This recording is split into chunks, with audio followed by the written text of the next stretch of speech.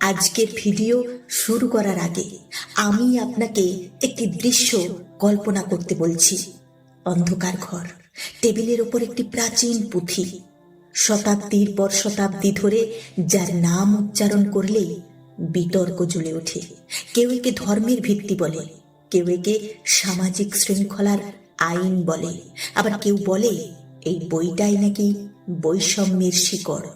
প্রশ্ন হচ্ছে, সত্যিই কি এমন কিছু লেখা আছে এর ভেতরে যা একে নিষিদ্ধ তকমা দিয়েছে, নাকি আমরা একটি প্রাচীন গ্রন্থকে আধুনিক ক্ষোভের আয়নায় দেখছি? আজ আমরা কোনো তর্কে যাব না, কোনো পক্ষ নেব না। আজ আমরা ঢুকবো সেই বইয়ের গভীরে, মনুস্মৃতি, এবং খুঁজে বের করব কেন একে অনেকেই নিষিদ্ধ বলে, যদিও বাস্তবে এটি কোনোদিন রাষ্ট্রীয়ভাবে নিষিদ্ধ ঘোষণা করা হয়নি। এই আলোচনায় আবেগ নয়, থাকবে তথ্য, গুজব নয়, থাকবে প্রমাণ, পক্ষপাত নয়, থাকবে বিশ্লেষণ। কারণ সত্য যত জটিলই হোক, সেটি জানার অধিকার আমাদের আছে।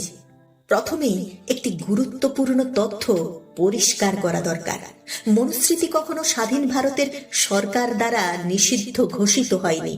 ভারতের সংবিধান প্রণয়নের সময়ও এটিকে আইন হিসেবে গ্রহণ করা হয়নি।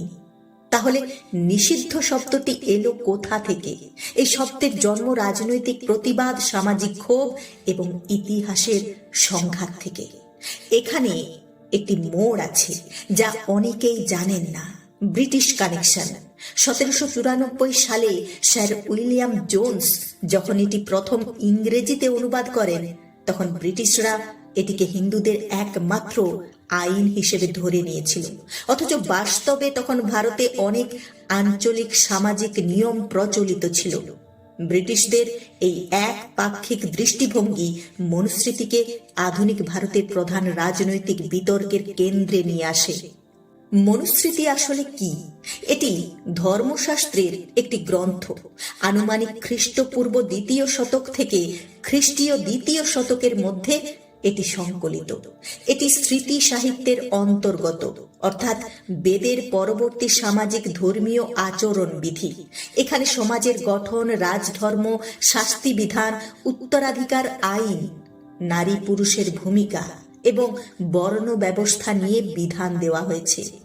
মনুস্মৃতি মোট 12টি অধ্যায় বিভক্ত, যাতে প্রায় 2500-এরও বেশি শ্লোক রয়েছে।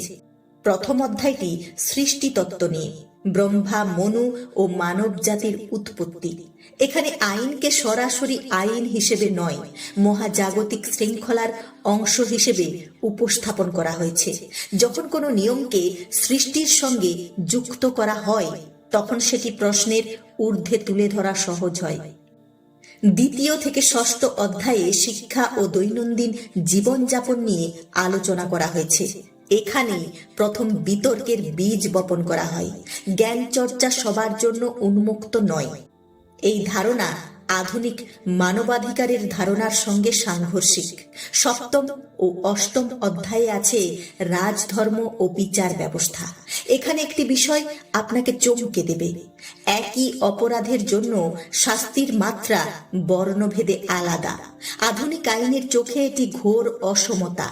কিন্তু একটি গভীর দিক দেখুন, মনুস্মৃতিতে বলা হয়েছে একজন সাধারণ মানুষ অন্যায় করলে তার যে সাজা হবে, একজন জ্ঞানী বা উচ্চপদের মানুষ একই অপরাধ করলে তার সাজা হবে বহুগুণ বেশি, কারণ জ্ঞানীর সামাজিক দায়বদ্ধতা বেশি।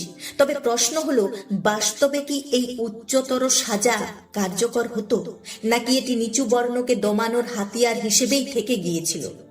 9ম অধ্যায়টি সবচেয়ে বেশি আলোচিত এবং বিতর্কিত। নারীদের সম্পর্কে এখানে পরম বৈপরীত্য দেখা যায়। একদিকে বলা হয়েছে যেখানে নারীকে সম্মান করা হয় সেখানে দেবতারা সন্তুষ্ট। অন্যদিকে বলা হয়েছে নারী স্বাধীন নয়, তাকে পিতা, স্বামী বা পুত্রের অধীনে থাকতে হবে। কিন্তু রহস্য আরো গভীরে। যেখানে ইউরোপীয় আইনেও নারীদের সম্পত্তির অধিকার ছিল না, সেখানে মনুস্মৃতিতে স্ত্রী ধনের মাধ্যমে নারীর সম্পত্তির অধিকারকে এক ধরনের স্বীকৃতি দেওয়া হয়েছিল। তাহলে কি মনুস্মৃতি নারীকে সুরক্ষা দিতে চেয়েছিল? নাকি তাদের শিকল পরাতে চেয়েছিল? এই দ্বৈত অবস্থানই সমালোচনার মূল কেন্দ্রবিন্দু। তাহলে এত কেন ক্ষোভ? ঊনবিংশ ও বিংশ শতকে যখন সামাজিক সংস্কার আন্দোলন শুরু হয়, তখন বর্ণ বৈষম্য ও অস্পৃশ্যতার বিরুদ্ধে তীব্র প্রতিবাদ ওঠে। 1927 সালে মহাড়ে একটি ঐতিহাসিক প্রতিবাদে মনুস্মৃতির কপি দাহ করা হয়।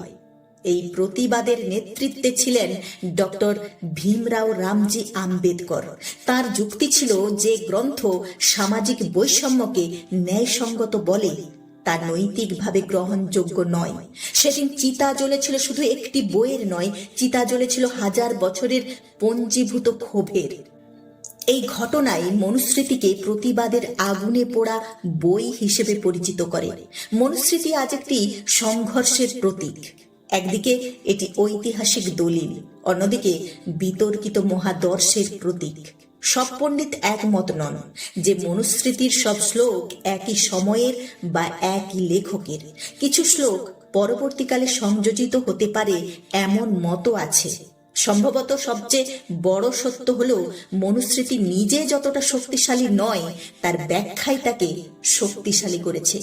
আজ আমাদের কাজ অন্ধ সমর্থন বা অন্ধ বিরোধ নয়, বরং প্রেক্ষাপট বুঝে ইতিহাসকে পাঠ করা। একটি প্রশ্ন রেখে আমি শেষ করি, যদি মনুস্মৃতি আজ লেখা হতো তাহলে কি গ্রহণযোগ্য হতো? সম্ভবত না। কিন্তু যদি আমরা প্রাচীন সমাজকে বুঝতে চাই, তবে এই গ্রন্থকে উপেক্ষা করাও অসম্পূর্ণতা। আপনি কি মনে করেন, ইতিহাসকে কি তার সময়ে বিচার করা উচিত, নাকি বর্তমানের নৈতিক মানদণ্ডে? মন্তব্যে আপনার যুক্তিপূর্ণ মতামত জানান, কারণ আপনার প্রতিটি মন্তব্যই আমার আলোচনার নতুন দিগন্ত খুলে দিতে পারে।